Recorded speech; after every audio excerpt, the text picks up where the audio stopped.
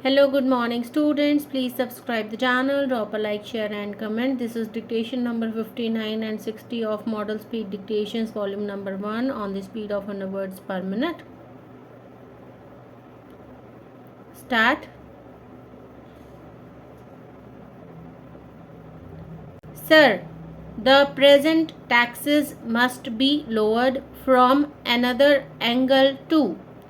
The government has professed its concern for the small businessman, the small industrialist, the technocrat, and so on. Unfortunately, the rates of income tax above rupees 40,000 would not allow even the small industrialist to save enough from his current profits to pay interest on his borrowings or repay the loan for the fixed capital investment which he would be forced to take from public financial institutions or the nationalized banks. The taxes have been made so exorbitant above the level of rupees 40,000 that there is no scope for even the small industrialist to repay his debt and to stand on a surer footing at the current level of taxes. Another factor which must be considered is the brain drain which the country is already experiencing in several fields, notably in the technical field, in as much as technicians today as electing to go abroad and accept appointments abroad in preference to serving in their own country, particularly because of the high tax rates that prevail in the country. Not only they, but business managers, of whom there is a great dearth in the country, the professional managers who are required in more and more numbers to manage the giant concerns, would not be attracted to India. Anyone who has received modern training in business management can receive a much higher paid job abroad as compared to what he will get here.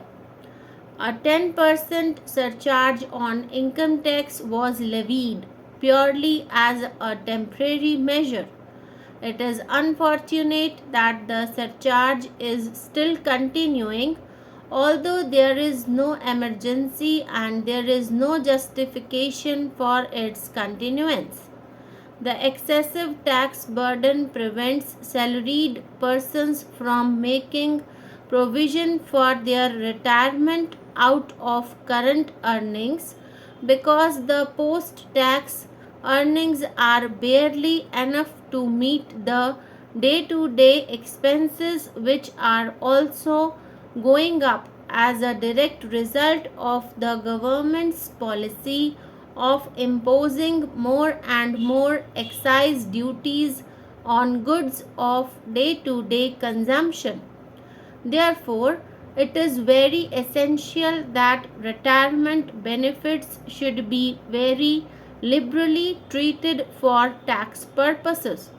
It would be advisable to increase the limit of 25% of salary or 8,000 which is allowed today for the purpose of provident fund, etc., so that at least the salaried persons could save a little out of their current earnings for use in their old age.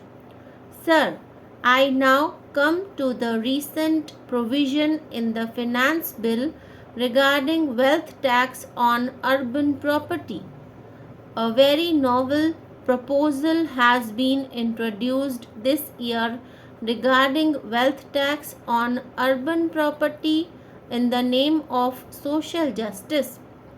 What I fail to understand is what kind of social justice is involved if a landowner constructs a building and lets it out to dozens of middle class families.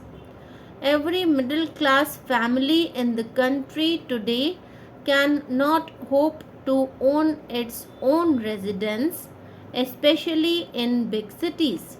Another point I would like to make is in regard to plantation buildings. As is well known, there are buildings for use of labor in plantations. If the plantations are owned by limited companies, they do not come within the mischief of this section, but if they are owned by individuals, a very iniquitous position arises because even labor quarters, hospitals, crèches, and buildings like that of school and water installations are all to be valued and subjected to this urban property tax. This is something which I am sure is unintended, and the Honorable Minister should pay attention to the rectification of this anomaly.